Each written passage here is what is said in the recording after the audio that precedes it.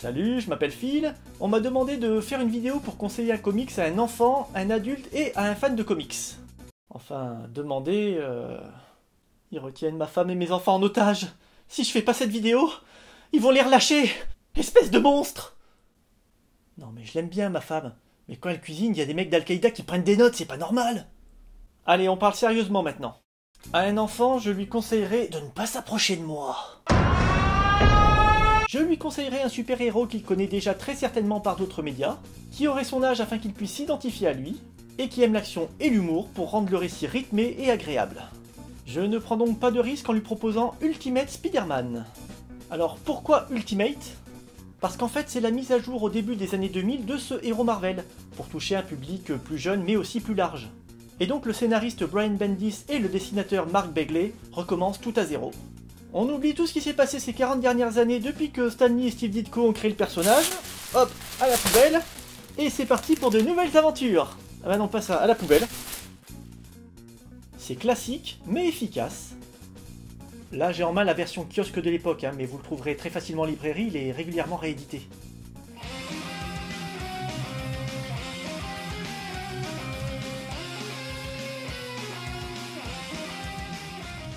Pour un adulte...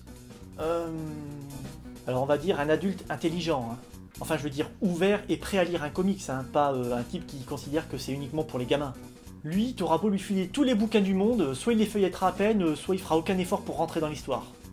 Voilà, quand je dis intelligent, je parle pas de culture générale.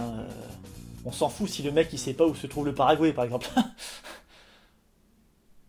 Cameroun, Congo, Soudan, il était là l'autre jour, j'en suis sûr. Pour un adulte qui cherche une histoire adulte et pas seulement du gentil contre méchant, je lui proposerai Sandman. Les dessins font un peu vieillot, bon ça date des années 80, mais ils sont parfaits pour ce récit. Et la maîtrise narrative du grand Neil Gaiman est à tomber par terre. C'est DC Comics qui nous propose ce petit chef-d'œuvre sous sa ligne éditoriale plus mature Vertigo, et on suit les aventures de Sandman, une entité poétique, je sais pas comment la décrire.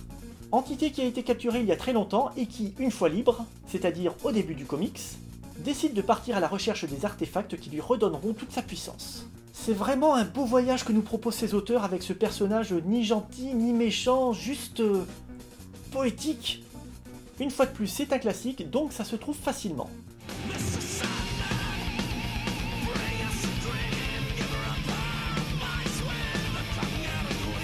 Enfin, pour finir la sélection, voici mon choix pour un fan de comics. Pas du Marvel, pas du DC. Il y a plein de bons trucs, mais quand on est fan de comics, on suit plus ou moins de près ou de loin les big two, histoire de pas être trop largué quand on parle entre lecteurs. Ce que veut un fan qui a tout lu et tout vu, c'est être surpris.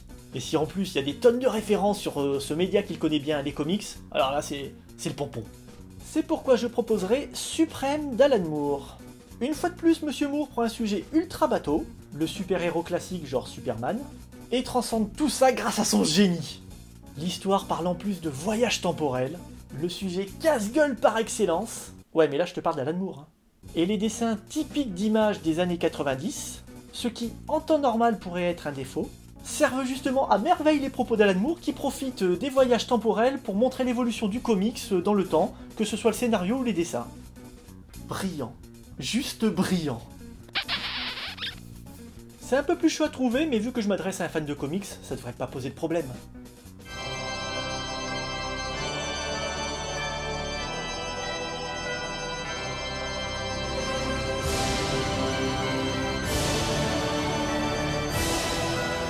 Voilà, merci d'avoir regardé cette vidéo. Si elle vous a plu, courez vite sur lescomics.fr, vous me trouverez là-bas. Si elle ne vous a pas plu, courez vite sur Comicsblog, vous ne me trouverez pas, c'est... Je sais pas. Les pellicules peut-être. Merci à vous et à la prochaine. Peut-être.